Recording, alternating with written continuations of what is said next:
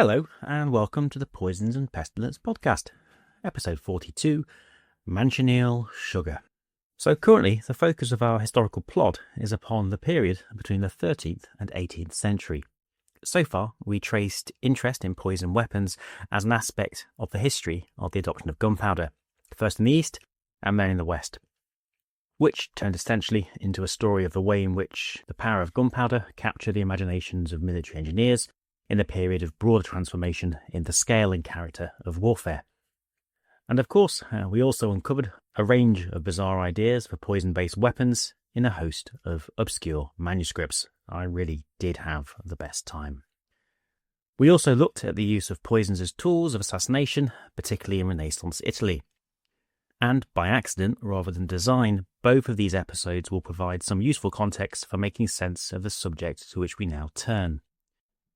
In the first accounts of Christopher Columbus in the late 15th century, there is reference to poison arrow use by indigenous peoples in the Caribbean. Well, we call it the Caribbean now. He thought it was in India, but never mind. These accounts became more common and vivid in later exploration and colonization of the Americas. And by the 18th century, there was growing interest in arrow and dart poisons, such as curare, in the context of the rise of botanical and pharmaceutical sciences in Europe. The more I read, the more I wanted to be able to bring some coherence to this history from our perspective. The broader apocalyptical consequences of first contact, unsettlement, and colonialism here and in the rest of the world is of course something which sits on the periphery of our quest and which has been ever present in the primary and secondary materials I have read. But anyone looking for an anthropological account of the peoples discussed in this show, or on the social and cultural dynamics of colonialism, will certainly not find that in this episode. However, it is probably worth noting that myths and caricatures, including those related to poison arrows, all formed part of Western projections onto unique and intricate cultures in the Americas. In keeping with the earliest aims of this show, a key aim has been to critically appraise the evidence of biological and chemical weapon use as part of warfare. And without a doubt, there are hundreds of reported incidents of indigenous use of poison arrows against imperialist explorers, traders and settlers from across the globe in this time period, something, by the way, which continued well into the 19th century. And indeed, there was even a quite well-known incident in 1985, which involved clashes between miners who were expanding operations into indigenous territories in Brazil and indigenous peoples, when two geologists were killed by poison arrows. But there are also some further questions which have preoccupied me as I learned about this topic.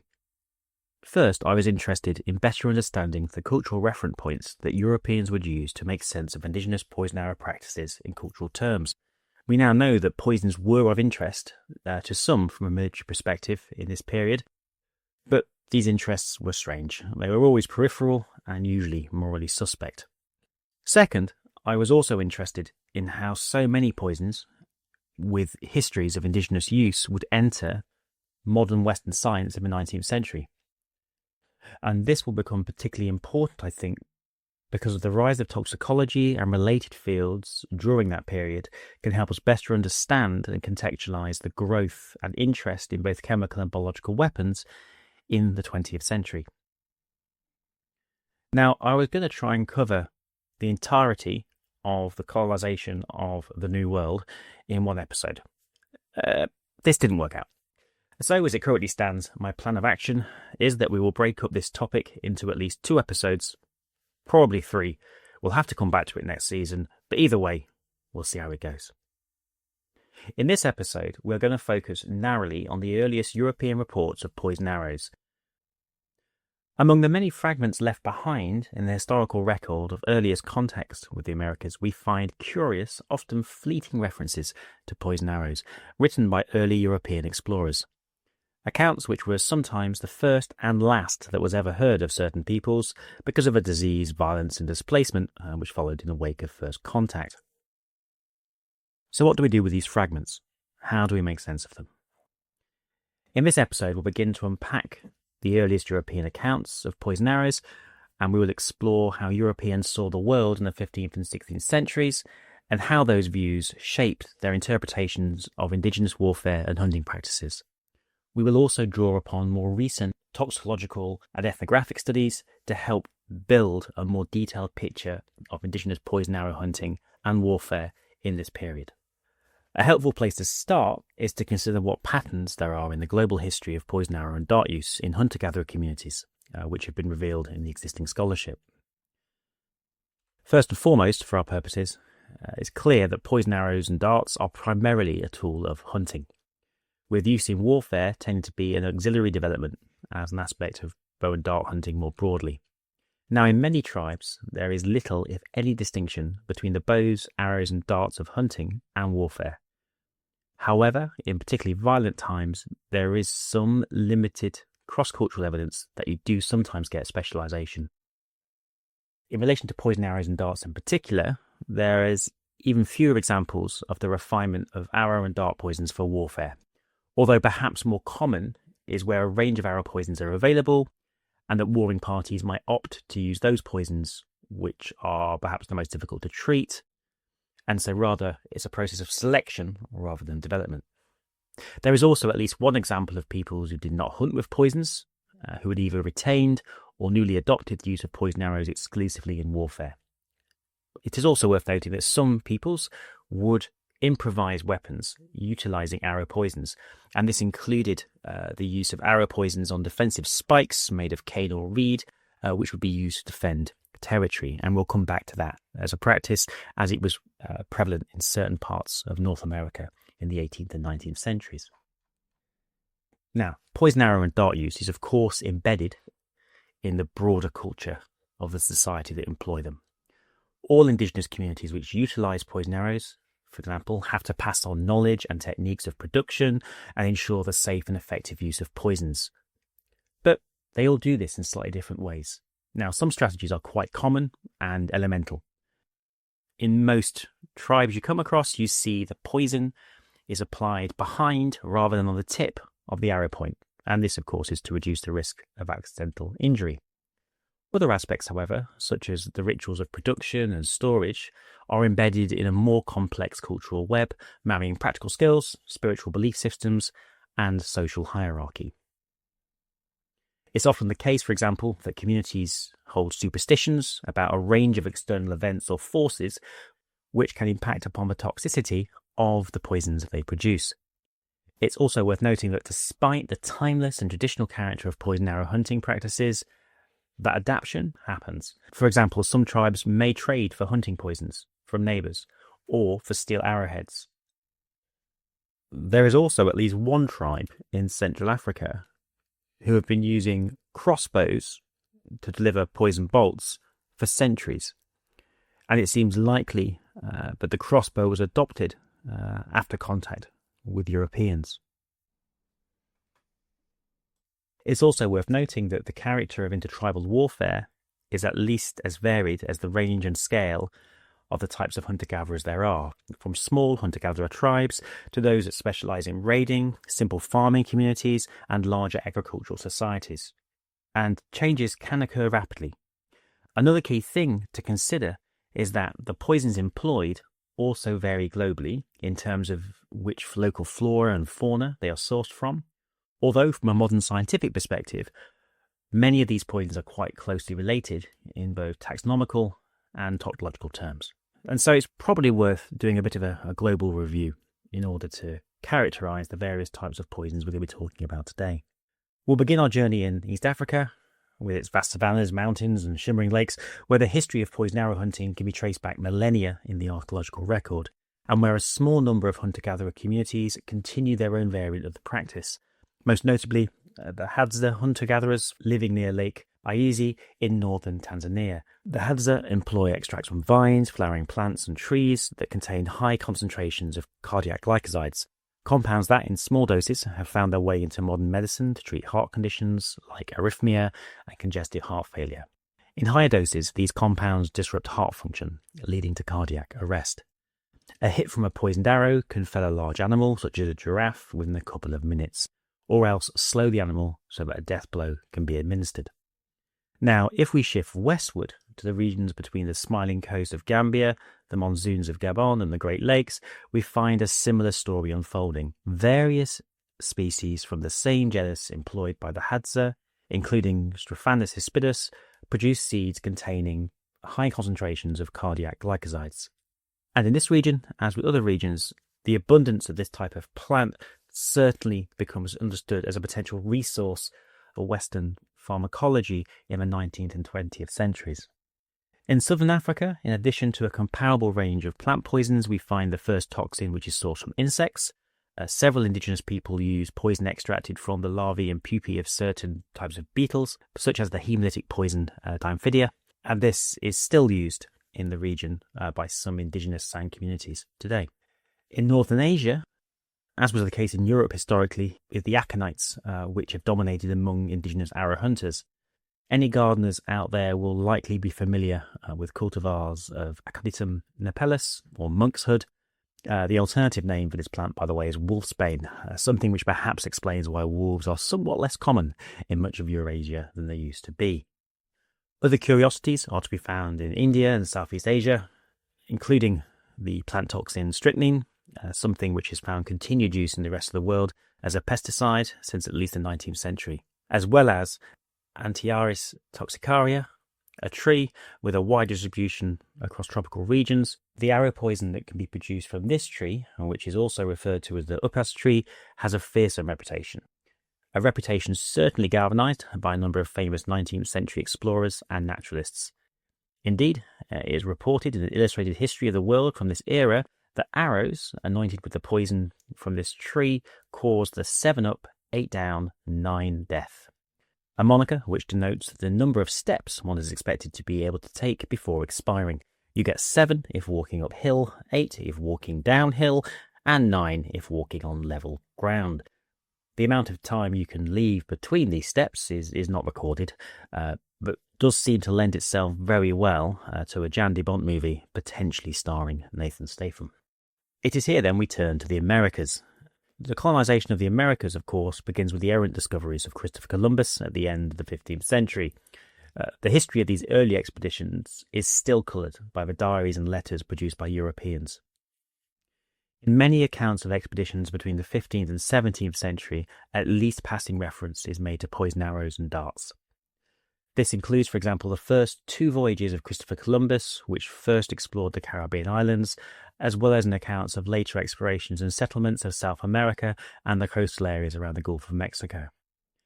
And while such claims tend to emphasize the potency of poisons involved, the actual practice of using poison arrows was not seen as particularly noteworthy. The incidents were somewhat incidental in the context of the bigger picture of what was happening at the time.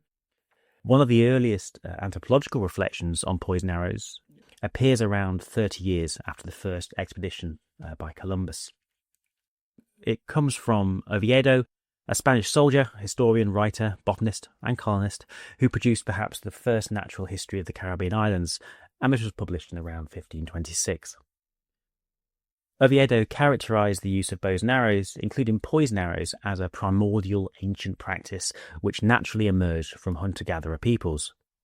As a Renaissance man, he turned to the classics to help him make sense of these new peoples, drawing parallels with the nomadic Scythian horse archers, as described by Pliny the Elder, a Roman author from the 1st century.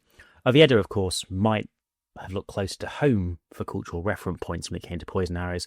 It's likely that poison arrow hunting continued in various parts of Europe throughout the Middle Ages. One can find, for example, a mid-17th century Iberian royal household hunting manual, if you know where to look, which contained a detailed guide on how to poison crossbow bolts with white hellebore. It was in accounts of Columbus's first voyage that we find the earliest reference to poison arrows. The first expedition had been a month on the high seas, where an island in what is known today as the Caribbean was sighted.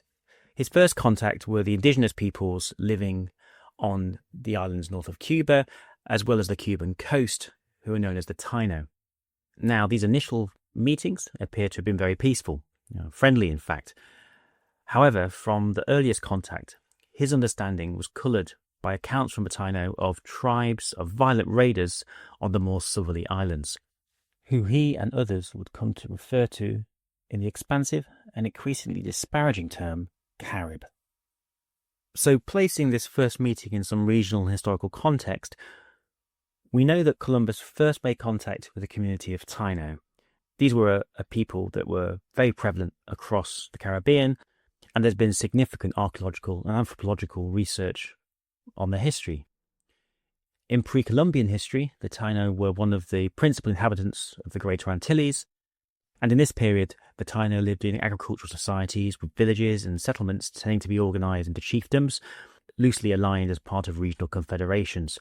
They spoke various languages and dialects, which are all closely related. As an agricultural people who focused primarily on raising crops and fishing, poison arrows appear to have played at most a limited role in Taino life. The Taino, however, were not the only people in the Caribbean. They, as well as latter anthropologists and linguists, would distinguish Taino people from the Kalingo peoples, who were the principal population of the Lesser Antilles. Now, there is still much debate today about the heritage of the Kalingo people, but it's probably fair to say that the Kalingo had a fearsome reputation among the Taino before the arrival of the Europeans, most likely as a result of a tendency of the Kalingo to raid neighbouring Taino islands. As we will see in the next episode, however, Europeans would not make significant contact with these peoples until later expeditions into the Lesser Antilles, and at that point we'll move beyond this clumsy cartoon-like characterization that I've just provided. Now, while the Taino and Kalingo were certainly the most prevalent communities in the Caribbean, their spread had been at the cost of numerous hunter-gatherer peoples who had been there long before, who tended to occupy small outcrops and islets across the region. By happenstance, Columbus met one of these peripheral tribes on the return leg of his first expedition. As the expedition sailed along the coast of what is today the Dominican Republic, they made landfall to trade with locals on the north coast of the island. And after some initially peaceful trading, some form of altercation took place, with around 7 of the Spaniards being attacked by dozens of archers, who broke off their attack after injuring several of the landing party. According to the account from Columbus, some of his men with thoughts from home had been particularly interested in trading their trinkets for bows and arrows to take back to Spain. And Columbus provided a description of these weapons, which included reference to the use of fish teeth as points, which were also covered in a poison. It seems likely that Columbus had just stumbled upon a people who are today usually referred to as the Zagayos, another people about which little is known. The language of this people was dead within a century. By the end of the 15th century, this ethnic group were understood to have moved to occupy the northeastern coastal region of Hispaniola, although no reference is made to poison arrows in the brief description of these peoples that can be found in one of the earliest attempts to characterize the practices and beliefs of indigenous peoples on the island. This doesn't tell us much, of course.